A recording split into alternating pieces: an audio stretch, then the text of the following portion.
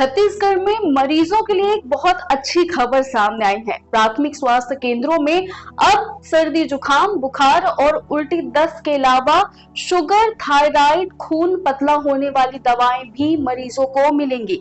अभी ये दवाएं केवल जिला या मेडिकल कॉलेज में ही दी जाती हैं, इसलिए इस मर्ज के बीमारों को बार बार गांव से दूर शहर के मेडिकल कॉलेज या जिला अस्पताल में जाना पड़ता है। गांव के अस्पतालों में दवाएं मिलने से मरीजों को अब राहत मिलेगी। दरअसल स्वास्थ्य विभाग ने जरूरी दवाओं की सूची में बढ़ोतरी कर दी है। इन दवाओं में एंटीबायोटिक और दर्द का इंजेक्शन भी शामिल रहेंगे। यानी अभी तक जो इलाज प्राथमिक स्वास्थ्य केंद्रों में उपलब्ध हो रहा है, वो सुविधा उप स्वास्थ्य केंद्रों में भी मुहैया कराई जाएगी। तो इसका सबसे बड़ा लाभ मिलेगा गांव के मरीजों को, जिन्हें रोज दूर दूर जाना पड़ता था इलाज के लिए।